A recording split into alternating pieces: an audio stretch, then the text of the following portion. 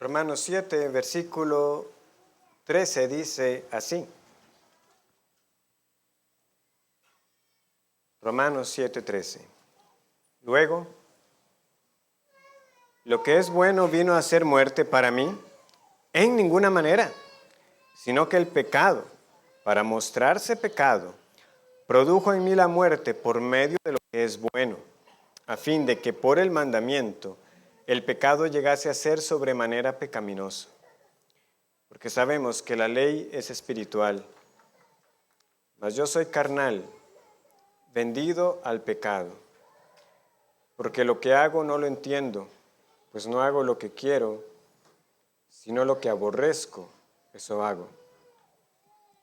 Y si lo que no quiero, esto hago, apruebo que la ley es buena. De manera que ya no soy yo quien hace aquello, sino el pecado que mora en mí. Y yo sé que en mí, esto es, en mi carne, no mora el bien. Porque el querer el bien está en mí, pero no el hacerlo. Porque no hago el bien que quiero, sino el mal que no quiero, eso hago. Y si hago lo que no quiero, ya no lo hago yo, sino el pecado que mora en mí.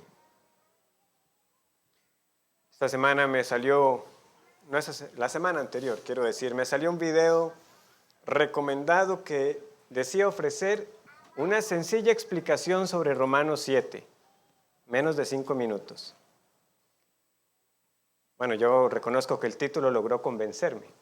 O sea, ¿quién puede explicar Romanos 7 en menos de 5 minutos? Pero no me convenció la argumentación.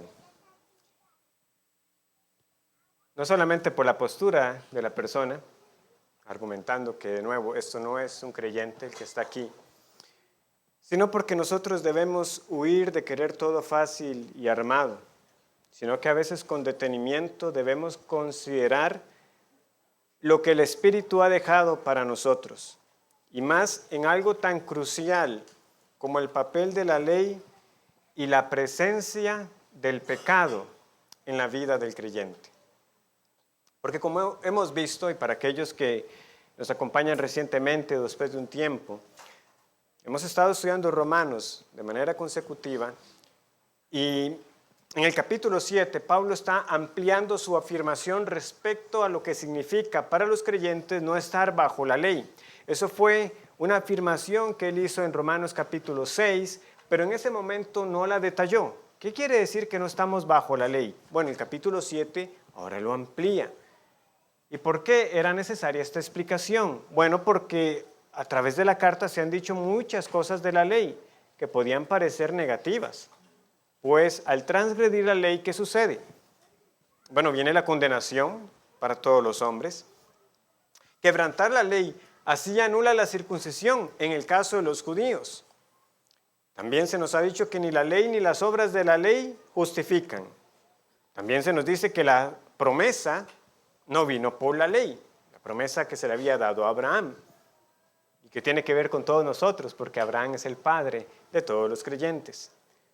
También se nos dice que la ley trae ira y castigo. También que por la ley se hizo sobreabundar el pecado. Además, se ha representado la ley también como una especie de señor, porque se nos dice que la ley ya no se enseñoreará de vosotros. Y por si fuera poco, se nos dice que por la ley se despiertan las pasiones pecaminosas. Entonces, precisamente, es necesaria esta defensa. Y lo primero que se nos ha dicho es que todo esto no es problema de la ley, el problema es la transgresión de la ley, es decir, el pecado, porque recordemos, el pecado es infracción de la ley, transgresión de la ley. Al contrario, es bueno para nosotros que la ley nos dé conocimiento del pecado, que nos diga aquello que Dios pide y aquello que Dios prohíbe. El asunto es que cuando más conocemos la ley, y esta ley es aplicada por el Espíritu Santo, cuando los sentidos son despertados para entender hasta dónde llega la ley, esta buena, justa y santa ley, como se nos ha descrito, Vemos que entonces va más allá de una conducta externa, sino que ella demuestra la corrupción más profunda que hay en nosotros, que afecta a toda persona. Y para ilustrarlo, Pablo utilizó, ¿verdad?, el 10º mandamiento de no codiciarás, como leemos en el versículo 7.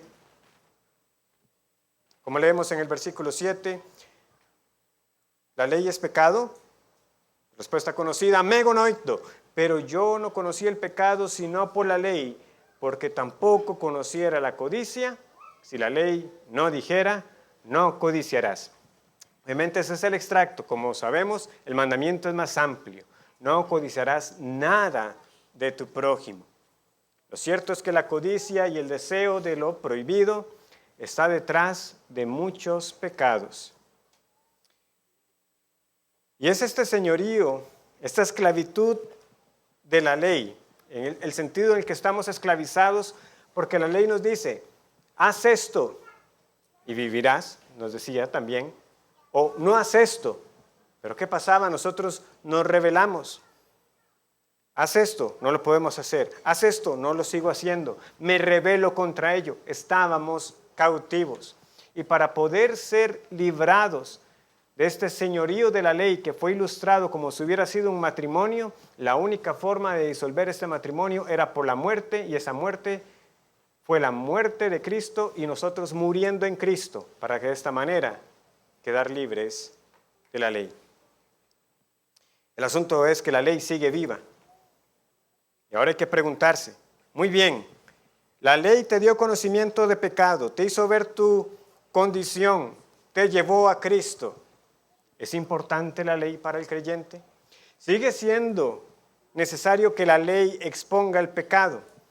Y la respuesta va a ser afirmativa, sí, aunque esto trae un conflicto para el creyente.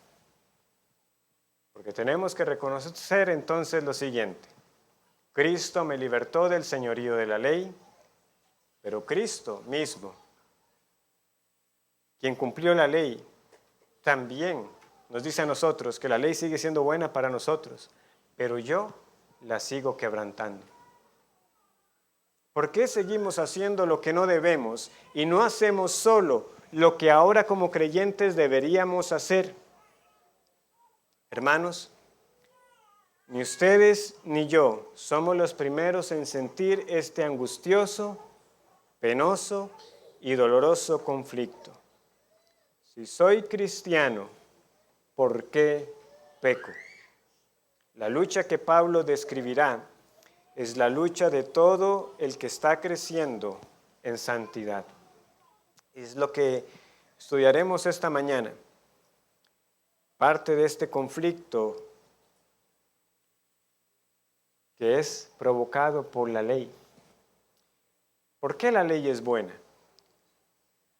La ley es buena para nosotros como creyentes por las siguientes razones. Porque ella sigue mostrando lo pecaminoso del pecado, porque ella expone ahora lo que somos ahora y porque ella expone lo que hacemos. Y vuelvo a enfatizar ahora, en este tiempo presente. Entonces, primero, la ley es buena porque ella muestra lo pecaminoso del pecado, versículo 13. Luego, lo que es bueno vino a ser muerte para mí, en ninguna manera, sino que el pecado, para mostrarse pecado, produjo en mí la muerte por medio de lo que es bueno, a fin de que por el mandamiento el pecado llegase a ser sobremanera pecaminoso. Ya sabemos, ¿verdad?, cuál va a ser la respuesta con estas preguntas de Pablo. Entonces, lo que es bueno vino a ser muerte para mí, jamás de los jamases. No se nos ocurra, la buena ley de Dios nunca fue para muerte, fue para vida. Pero el modo en que quedó patente cuán dañino, cuán pecaminoso, cuán perverso es el pecado, porque yo sé que eso suena redundante, pero es lo que tenemos ahí, para que el pecado llegase a ser sobremanera pecaminoso. O sea, para que veamos cuán pecaminoso es el pecado.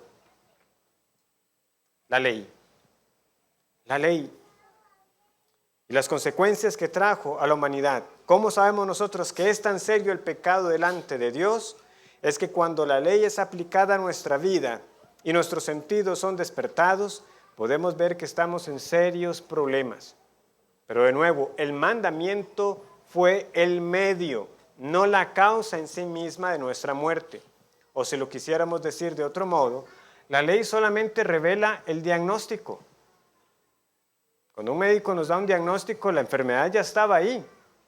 Simplemente nos lo está haciendo de conocimiento. No es culpa del médico. O a veces, como un día hablando con un hermano acerca de un carro, cuando uno lo lleva al mecánico, y bueno, ahora a ver qué le sale, pero no es culpa del mecánico, el carro ya está como está. Uno no quiere seguir escuchando. Pero está revelando que nosotros estábamos muertos. Simplemente está haciendo público el diagnóstico, que nosotros hemos pecado y que estamos destituidos de la gloria de Dios, muertos en delitos y en pecados, aborrecibles y aborreciéndonos unos a otros. Y cuanto más ahondamos en la ley, más se revela la putrefacción y contaminación del pecado. Y esto es bueno. Es la manera en que la ley nos conduce a Cristo, como también escribió Pablo a los Gálatas en Gálatas 3, 23 al 25. Gálatas 3, 23 al 25. Pero antes que viniese la fe, estábamos confinados bajo la ley, encerrados para aquella fe que iba a ser revelada. De manera que la ley ha sido nuestro ayo para llevarnos a Cristo, a fin de que fuésemos justificados por la fe. Pero venida la fe, ya no estamos bajo ayo. Otra forma de decir, ya no estamos bajo el señorío de la ley. Recuerden, Pablo está diciendo, es bueno el conocimiento del pecado. Pablo, pero por causa del conocimiento del pecado, morimos. O mejor dicho, se nos hizo conocer que estábamos muertos. Pero eso es bueno. O sea, se le está revelando cuál es su condición. Pero hasta aquí uno pudiera decir, bueno, eso todavía parece ser, ¿verdad? Este pasado.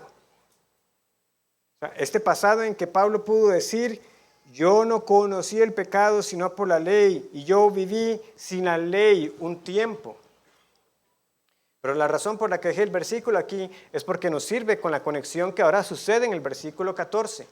Porque debemos preguntarnos, ¿se limita el propósito de la ley a nuestra vida antes de Cristo? O sea, este propósito de revelar el pecado y exponer nuestra condición. No, porque la ley sigue siendo buena al exponer lo que somos ahora. Sí, estamos en Cristo, pero es necesario que nosotros sigamos cayendo en cuenta de que aún queda pecado en nosotros. Versículo 14. Porque sabemos que la ley es espiritual, mas yo soy carnal, vendido al pecado. Porque lo que hago no lo entiendo, pues no hago lo que quiero, sino lo que aborrezco, eso hago. Antes de que nuestra atención se vaya a una de las frases más complejas, ¿verdad?, que tenemos en el capítulo, noten cómo Pablo lo está diciendo. Porque sabemos. Recuerden que estas expresiones es la manera en que se nos da a entender que lo que Pablo está diciendo no es algo desconocido. Este no es un misterio. No, porque sabemos. O sea, Pablo, los creyentes en Roma y nosotros en esta época podemos también identificarnos y entender esto. ¿Por qué? Porque vean lo que está pasando. Hay un cambio de tiempo. ¿Cómo dice Pablo que sabemos esto? ¿Que la ley es espiritual? Sabemos que la ley es espiritual, pero yo soy carnal, vendido al pecado. Porque lo que hago no lo entiendo, pues no hago lo que quiero, sino lo que aborrezco, eso hago. Tiempo presente. Si estos versos se hubieran traducido, quiero decir, o sea, si la traducción fuera, pero no es, pero yo fui carnal, vendido al pecado, porque hice lo que quería, aunque ahora lo aborrezco, no habría ningún problema. Uno sigue entendiendo que Pablo está hablando de ese pasado. Claro, antes hizo lo que quiso, pero ahora eso lo aborrece, como él dijo, ¿verdad?, en Romanos 6, 21, ¿qué fruto teníamos nosotros de aquellas cosas de las que ahora nos avergonzamos? Es un claro contraste. O sea, hubo cosas que nosotros hicimos un tiempo, pero ahora nos daría vergüenza y nos avergonzamos. Si de alguna manera hay que hablar de esas cosas. ahora. Pero Pablo no está hablando así. El Espíritu Santo es sabio, hermanos, y las dificultades en la interpretación de ciertos pasajes se deben más a nuestras limitaciones. Pero nosotros debemos siempre afirmar la claridad de la palabra de Dios, aunque no todo sea igualmente claro. Y no igualmente claro para todos, como dice nuestra confesión. Pero este es el meollo del asunto. ¿Es solo un cambio de tiempo, pero sigue hablando Pablo de su pasado, o hay también un cambio de condición? Para muchos, no puede ser un creyente, porque un creyente no es carnal. Un creyente no es vendido al pecado. Entonces el otro bando replica, ¿acaso un incrédulo dice que hace el mal que no quiere?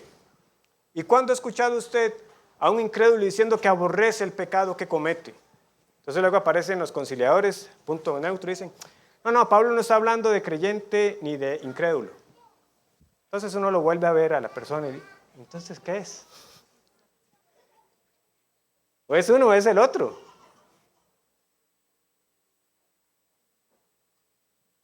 Sea que busquemos la salida porque es un judío que sí ha luchado con la ley. Bueno, pero si era un judío que estaba luchando con la ley y no ha creído verdaderamente el evangelio, es un incrédulo. Es un creyente inmaduro. Bueno, pero es un creyente. El asunto es que es algo.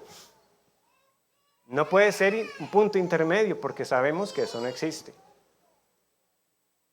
Después de ahí nosotros podemos construir. Pero primero tenemos que nosotros tomar una decisión. Si es un incrédulo, bueno, ¿qué tipo de incrédulo? Bueno, sí, si usted va a tomar que es un incrédulo, posiblemente un judío que fue criado en la ley, como Pablo. O si usted va a tomar que es un creyente, ¿qué tipo de creyente? ¿Un creyente inmaduro o es un creyente ya que ha vivido su vida cristiana por un tiempo y simplemente que conforme pasa el tiempo esta lucha se va agudizando? Porque la misma situación vamos a enfrentar al analizar otros versículos de este pasaje.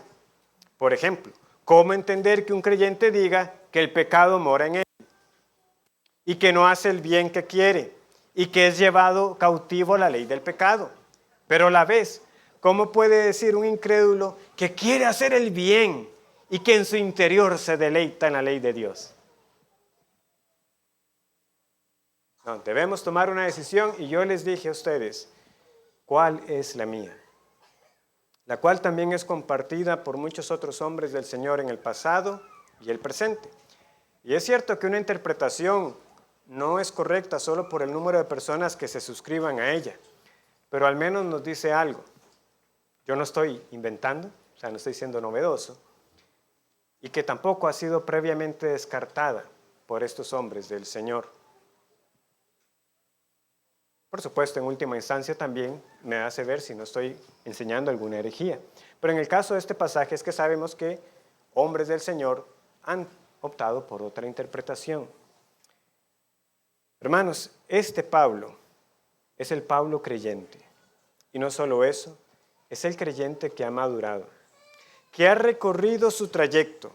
No es el Pablo de Hechos 9 a los días de haber sido bautizado, porque la máxima que debemos enfrentar es la siguiente: cuanto más progresa un creyente en su vida de santidad, con mayor profundidad es afligido por el pecado que comete contra el Señor.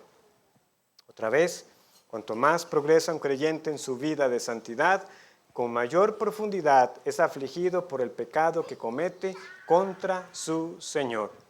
¿Cómo lo sabemos? Recapitulemos algunas exhortaciones del capítulo 6. Romanos 6, 11, por ejemplo.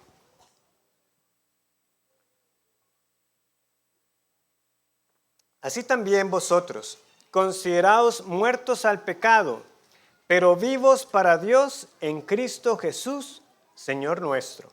No reine pues el pecado en vuestro cuerpo mortal, de modo que lo obedezcáis en sus concupiscencias. Ni tampoco presentéis vuestros miembros al pecado como instrumentos de iniquidad, sino presentaos vosotros mismos a Dios como vivos entre los muertos, y vuestros miembros a Dios como instrumentos de justicia. ¿A quién le está dando esta exhortación? A creyentes. a creyentes de que sus miembros no se presten al pecado. Entonces eso pasa, que como creyentes presentemos una vez más nuestros miembros como armas de inmundicia. Pero ¿cuántos cuando leíamos estas palabras, no reine pues el pecado en vuestro cuerpo mortal? No llegamos a pensar, bueno, es más fácil decirlo que hacerlo. O teniendo este mandamiento en cuenta, que Pablo nos está diciendo, no reine pues el pecado en vuestro cuerpo mortal. Luego está escuchando esta confesión de Pablo y diciendo, mas yo soy carnal, vendido al pecado. ¿Y entonces? Pero Pablo no nos había dicho que no reinara el pecado en nosotros, y este hombre está diciendo estas cosas de su vida. Es como si Pablo con esta confesión nos estuviera diciendo, ¿y quién dijo que esto era siempre fácil? ¿Y quién está diciendo que yo les estoy dando este mandamiento desde un trono de superioridad? No reine el pecado en ustedes, porque yo soy ya un hombre sin pecado. Eso es lo terrible de algunas visiones perfeccionistas. Cierto autor comentaba, de hecho, que una vez hablando con una persona que sostenía que el creyente puede alcanzar este nivel de perfección y ser libre del pecado en esta vida, y al mostrarle la interpretación de Romanos 7, porque obviamente para él Romanos 7 tenía que ser de un incrédulo, él le dijo, ¿entonces alcanzaste un grado más alto que el del apóstol Pablo? Y este joven respondió, bueno, pues yo lo lamento por el apóstol Pablo.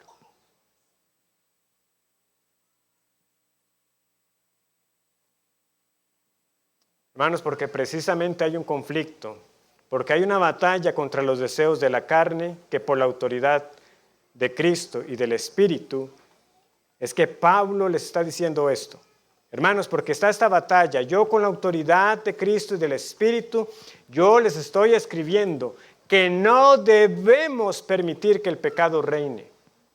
O sea, Pablo no se excluía de las mismas exhortaciones que él le daba a los suyos.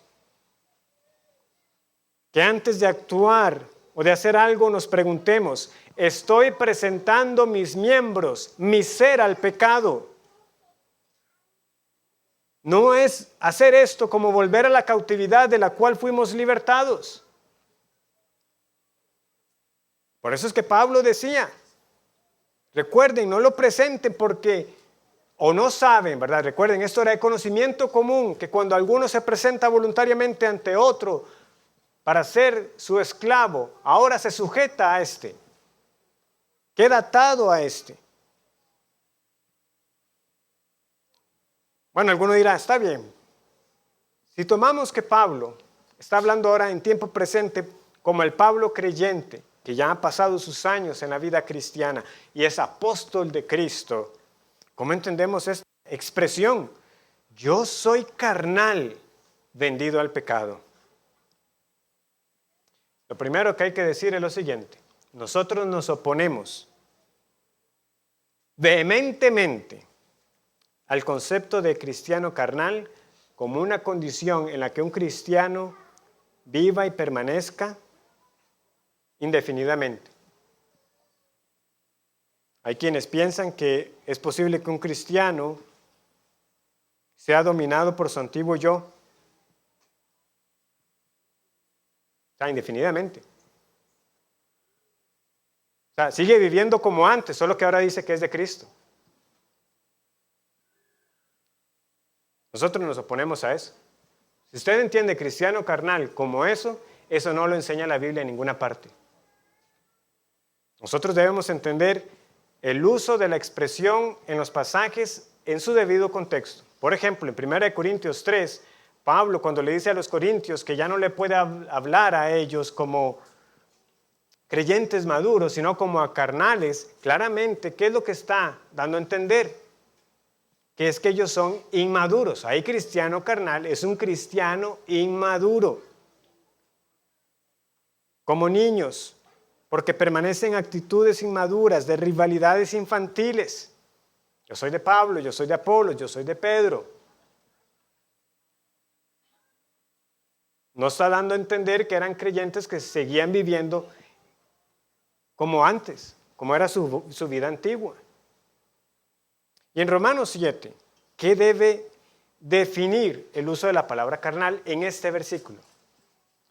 Volvamos al verso. Porque sabemos que la ley es espiritual, mas yo soy carnal. ¿Cuál es el contraste? El contraste es entre la ley y nosotros. Entonces Pablo está diciendo, la ley es espiritual, yo no soy espiritual. O sea, yo no soy como la ley, no enteramente. ¿Por qué? Porque la ley ya se nos dijo que es santa, justa y buena. La ley es perfecta, es de inspiración divina. Pablo dice, yo no soy eso. La ley es espiritual, yo soy carnal. No soy perfecto. En nuestra esencia todavía no lo somos. No hemos sido glorificados. Entonces debemos notar que Pablo está hablando aquí entonces de ese contraste entre la ley siendo espiritual y él siendo no espiritual en comparación con la ley. Porque hay otras frases acerca de la carne cuando Pablo deja en claro que el que está viviendo según la carne, ese no es cristiano. Y vean, pero vean cómo lo dice, Romanos 8:6.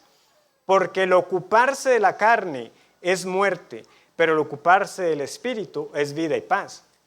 Pablo no está diciendo, la ley es espiritual, pero yo me ocupo de la carne. Ese no es el contraste, ¿verdad? Tampoco lo está diciendo como lo dice en Romanos 8:8. Y los que viven según la carne no pueden agradar a Dios. O sea, él no está viviendo según la carne. Es un contraste entre el carácter de la ley y su carácter. La ley es espiritual, yo no lo soy. La segunda expresión también debe notarse. Vendido al pecado. Esto es diferente a venderse al pecado. O sea, Pablo no está diciendo, pero yo vivo en la carne. De nuevo, no es como lo dice, ¿verdad? Yo soy carnal. Sería diferente si Pablo dijera, yo vivo en la carne, me vendí al pecado. Pero él no se vendió al pecado. Ha sido vendido al pecado. Este no es el caso de Acab. Acab, ese rey perverso del que leemos en Primero de Reyes, ese sí se vendió al pecado. O sea, él se dio al pecado. Cuando Elías se lo encuentra, ¿qué es lo que le dice? Te he encontrado porque te has vendido a hacer lo malo delante de Jehová. Y si nos queda alguna duda de qué es lo que significa en el caso de Acab, que él sí se vendió al pecado, el autor de Primero de Reyes nos dice, a la verdad, ninguno fue como Acab, que se vendió para hacer lo malo ante los ojos de Jehová, porque Jezabel su mujer lo incitaba. Él fue en gran manera abominable, caminando en pos de los ídolos, conforme a todo lo que hicieron los amorreos, a los cuales lanzó Jehová de delante de los hijos de Israel. Vemos la diferencia. Acab se entregó al pecado y ahí quiso permanecer. Él no se arrepintió genuinamente. Hubo una ocasión en la que estuvo triste e incluso ahí el Señor tuvo compasión de él y le dejó vivir un tiempo más. ¿Y qué hizo ese hombre? Lo desaprovechó. Él siguió dando su oído a los profetas falsos hasta que finalmente murió por aquella aparente flecha al azar. Pero en cambio, este vendido al pecado de Romanos 7 tiene consonancia con lo que justamente estábamos leyendo en Romanos 6, que cuando nosotros pecamos es como si volviéramos a la antigua servidumbre, a la antigua esclavitud a la cual antes sí nos habíamos dado. Es como si nos presentáramos de nuevo al amo pecado. Pero ¿cuál es la diferencia sustancial? Ya no le pertenecemos. Yo ya no le pertenezco al pecado. Yo ya no le pertenezco al enemigo. Vean de nuevo las exhortaciones de Romanos 6, versículo 16. ¿No sabéis que si os sometéis a alguien como esclavos para obedecerle, sois esclavos de aquel a quien obedecéis, sea del pecado para muerte o sea de la obediencia para justicia? ¿A quién dice Pablo esto? A los mismos a los que les dice el versículo 17. Pero gracias a Dios que aunque erais esclavos del pecado, habéis obedecido de corazón a aquella forma de doctrina a la cual fuisteis entregados, y libertados del pecado, vinisteis a ser siervos de justicia. Vean, Él les está diciendo, ustedes han sido libertados, ahora son siervos de justicia. Pero a estos siervos de justicia, ¿qué fue lo que les dijo unos versos antes? No reine el pecado. No entreguen sus miembros al pecado. ¿Lo vemos? Ha habido un cambio radical. O sea, ya mi amo no es el pecado. Ahora soy un siervo de justicia. Recuerden, la muerte para divorciarnos de la ley o para quedar viudos de la ley es para ahora ser de otros, es para ser de Cristo, es para pertenecerle a Él. Pero el asunto es que cuando pecamos es como si volviéramos a esta antigua cautividad. Por eso Pablo puede decir que ahora está con este conflicto. Peco y entonces la ley es espiritual y yo me veo carnal, vendido al pecado. ¿Por qué es que pasa esto? Porque la ley no ha perdido su función reveladora. Versículo 16 de Romanos 7. Y si lo que no quiero, esto hago, apruebo que la ley es buena. ¿Ven lo que está pasando? La ley era buena cuando nos llevó a Cristo, cuando vivíamos sin ella. La ley sigue siendo buena ahora, porque entonces sigue cumpliendo esa función de seguir examinándonos, de seguir revelando, de ser como esa lupa gigante que nos inspecciona, ante la cual se va mostrando qué es lo que hay en nosotros. Es por medio de la ley, es uno de los medios en que la petición del salmista se cumple. Muéstrame los que son ocultos. ¿Cómo muestra el Señor los pecados ocultos? Con la ley. Viene la ley y ahí te dice, ahí hay pecado. Sí, gracias al Señor he sido libertado. Ahora puedo ver victoria sobre el pecado, pero cuanto más soy expuesto a la ley, más veo que mucho de lo que sigo haciendo no debería y no quiero hacerlo. Pero ciertos pecados están más arraigados que otros en nuestra vida. Con algunos nosotros pudimos cortar de manera tan tajante que ciertamente se ve el antes y el después. O sea, este es otro. Pero hay otros que aparecen, los matamos y vuelven a salir.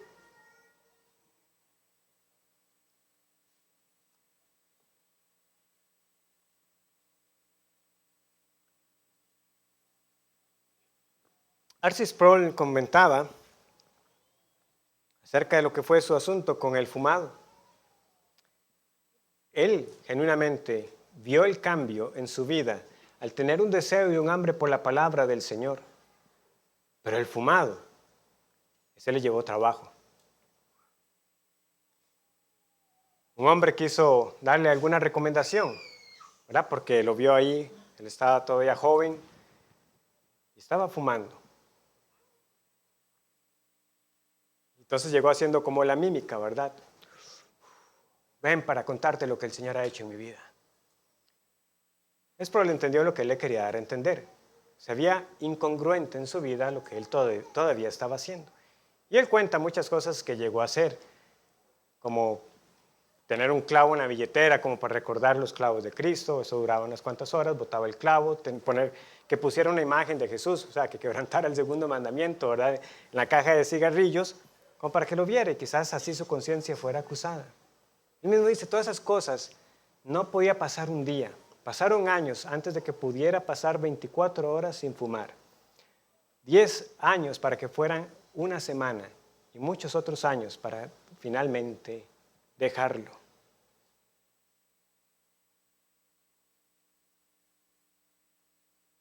Nosotros podemos decir que tenemos también muchos años queriendo dejar muchos pecados.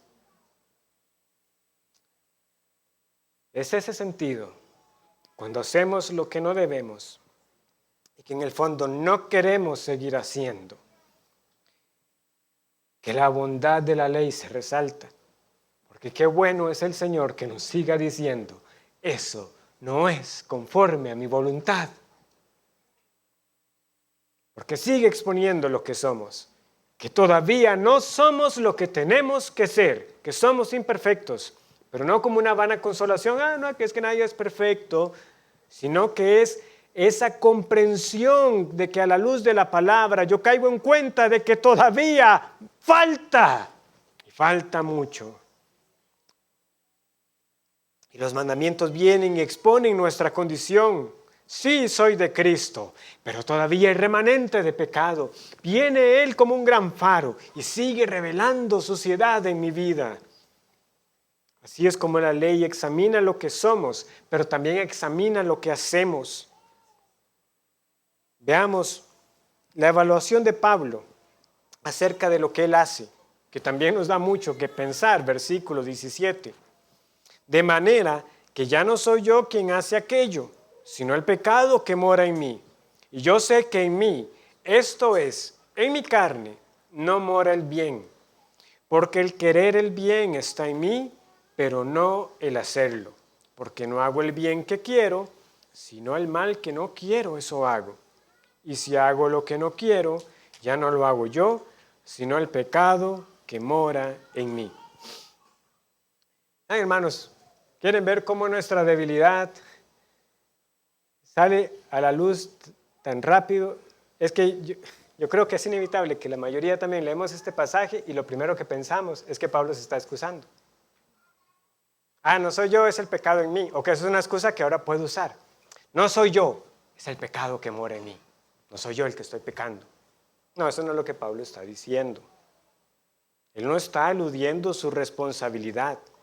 Él ya reconoció que es carnal vendido al pecado. Pero vean, hermanos, cuán profundo es este conflicto, cuán contradictorio es el pecado en la vida del cristiano, que al examinarnos y sondearnos, nosotros nos sentimos justamente de esta manera. Es que esto no soy yo. No es lo que yo quiero ser. Y lo que estoy haciendo es, en el fondo, no lo que quiero hacer. Aunque yo he escuchado otras veces que ninguno es forzado a hacer cosas que no quiere. O sea, el Señor nos ha dado una voluntad. Entonces, al final de cuentas, pequé porque quise hacerlo. Pero si me examino nuevamente y el Señor trae la convicción de que fue pecado, si pudiera haber revertido el tiempo, ya no lo haría. Pero lo hice. Pablo no está haciendo tampoco un contraste dualista de ese dualismo gnóstico que afectó tanto a la iglesia en los primeros siglos. O sea, Pablo no está diciendo que es que su cuerpo y su carne es malo, pero que su espíritu es bueno. Pero este conflicto nos lleva a nosotros a lo más profundo de nuestra constitución misma. El Señor nos hizo alma y cuerpo. Y hay un sentido, ¿verdad?, en que nuestra redención no está completa. Por eso Romanos 8 va a hablar de la redención de nuestro cuerpo. Porque hay una forma de ver que, hermanos, este cuerpo que tenemos es insalvable. Este cuerpo está sujeto a la muerte y va a morir y se va a descomponer y volverá al polvo, pero se levantará glorificado y finalmente libre de todo pecado. Pero hay un sentido, ¿verdad?, en que este cuerpo, que es la habitación de nuestra alma, se puede decir de que es todavía morada del pecado. No como antes. Son vestigios, son remanentes, pero está ahí. Nuestra salvación es completa en alma y cuerpo, pero estos cuerpos actuales siguen sujetos a debilidades, a la muerte. Por eso es que aguardamos cuerpos nuevos y glorificados. Por eso es que podemos decir que como aún falta, muy en el fondo, muy en el fondo, no soy yo. No soy yo, no soy lo que yo haría si ya mi redención estuviera consumada. Pero hay esos remanentes de pecados. Como señaló otro autor, después de la salvación, el pecado, como si fuera un gobernante despuesto y exiliado, ya no reina en la vida de una persona, pero se las arregla para sobrevivir. Así es como está. Y por eso es que hace sentido las exhortaciones a de que no proveamos para los deseos de la carne. Por eso hará completo sentido de que en Romanos 8 se nos diga que debemos hacer morir las obras de la carne.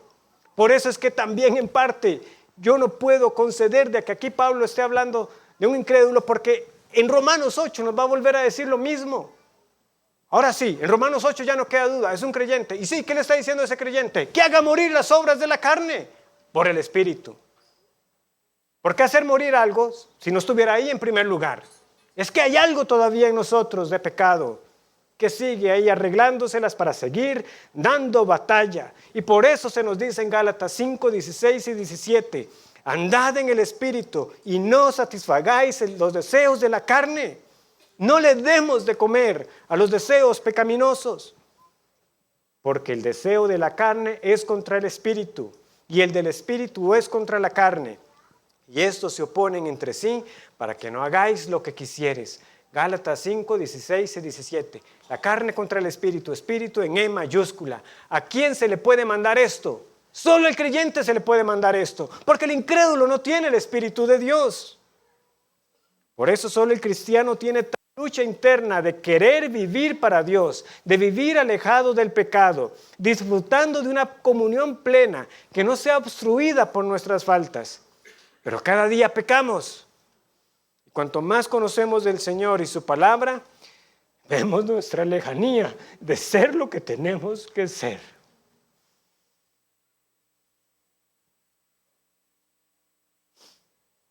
Tiene que ser entonces directa la aplicación para nuestras vidas. ¿Tiene usted este conflicto?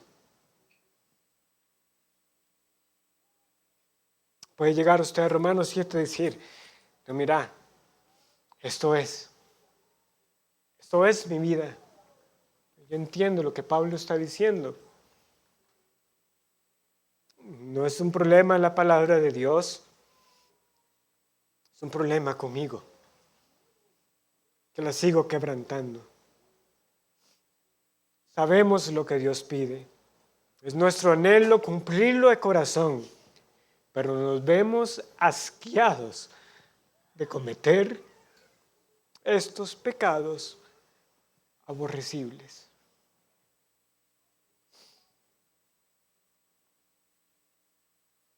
Y nos sentimos como si fuéramos contradictorios,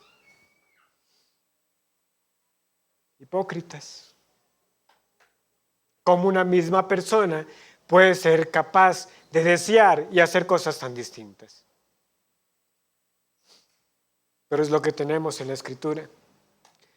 Hombres y mujeres rendidos ante Dios por su maldad.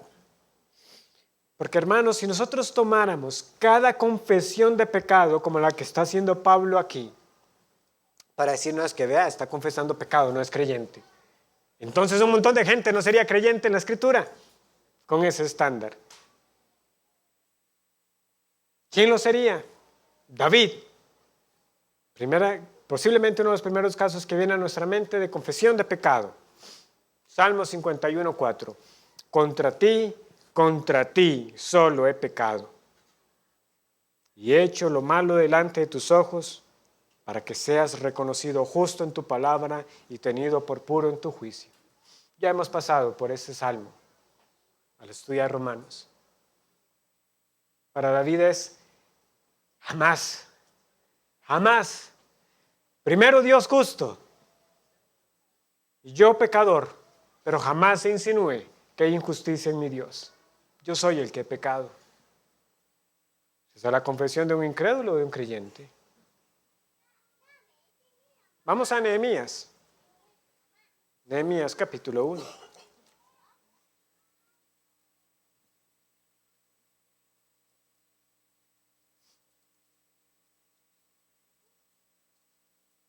Después de Esdras, Nehemías capítulo 1.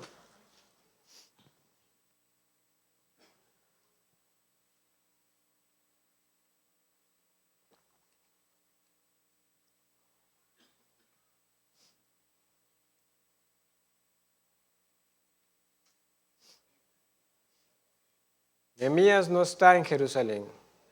Él está sirviendo al rey que los ha llevado cautivos. Escucha la condición de su pueblo.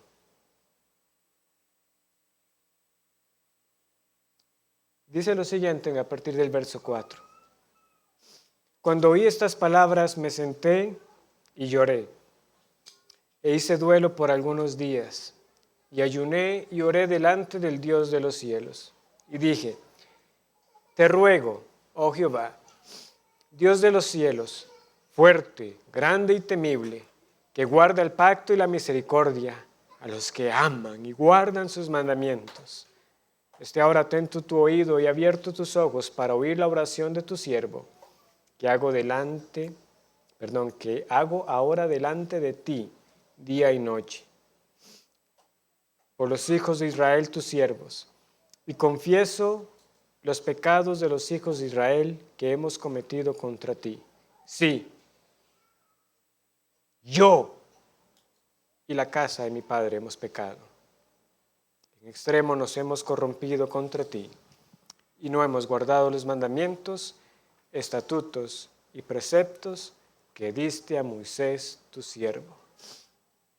La confesión de pecado, reconociendo la desobediencia ante la palabra, la ley que Dios mismo dio. ¿Era Nehemías un incrédulo? Job, hombre descrito íntegro, apartado del mal. ¿Qué dice este hombre? Una vez más que es enfrentado ante la palabra. Dios mismo le habla. Por tanto me aborrezco y me arrepiento en polvo y ceniza. Era Job un incrédulo. Isaías, profeta del Señor. Isaías 6:5, muy conocido. Si gustan lo buscan o escuchen. Nuevamente, es la revelación de Dios, su carácter. La ley también nos revela el carácter de Dios. ¿Qué dice él? Entonces dije, ay de mí, que soy muerto, porque siendo hombre inmundo de labios y habitando en medio de pueblo que tiene labios inmundos, han visto mis ojos al Rey, Jehová de los ejércitos. Profeta del Señor, al que verdaderamente el Señor le hablaba. Inmundo de labios. Daniel, en Babilonia.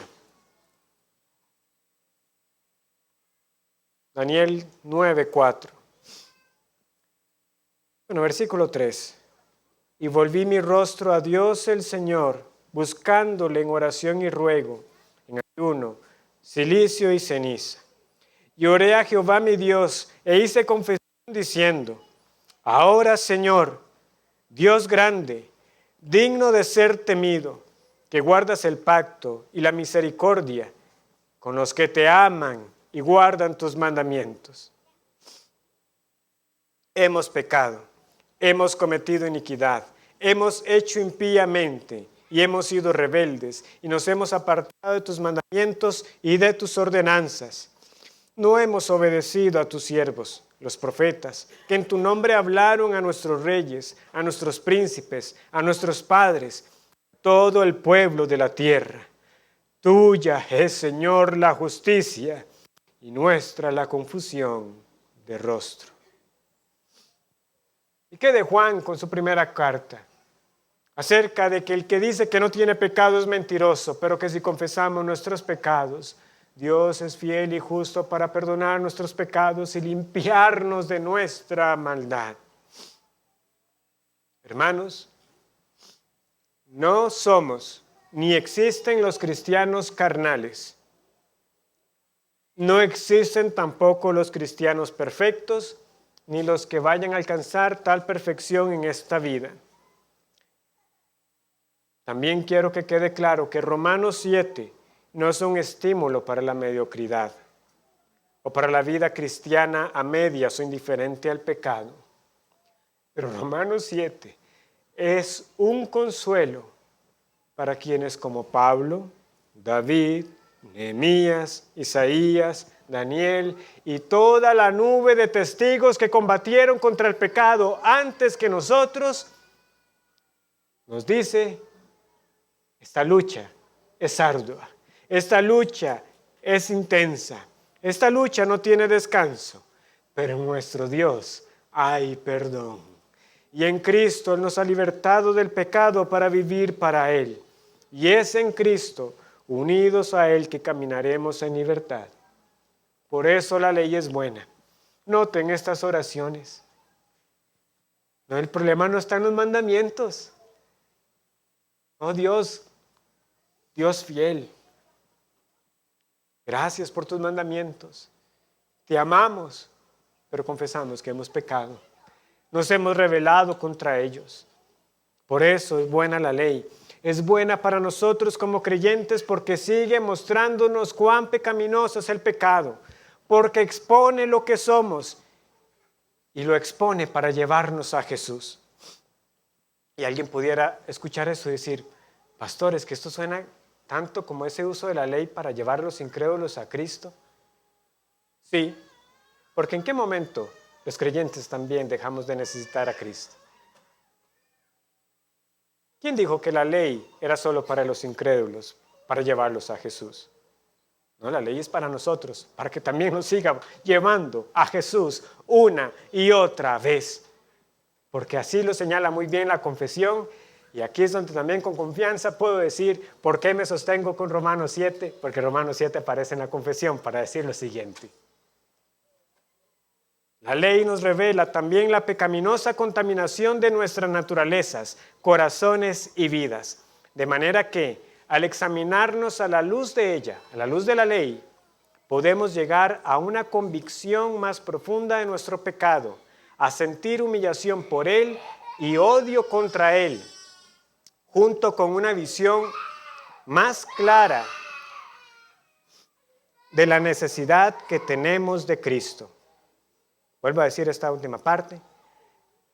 A la luz de ella podemos llegar a tener una convicción más profunda de nuestro pecado, a sentir humillación por él y odio contra él, junto con una visión más clara de la necesidad que tenemos de Cristo y de la perfección de su obediencia. Eso es el capítulo 19, párrafo 6, hablando no de la ley para los incrédulos, sino de la ley para los creyentes. Ella nos sigue mostrando la necesidad que tenemos de la perfección de Cristo y de su obediencia. Nos humilla para hacernos ver cuán suficiente Salvador tenemos en Jesús. Que la ley siga trayendo esta convicción y nos humille, para que así veamos a Cristo como el perfecto y suficiente Salvador que es.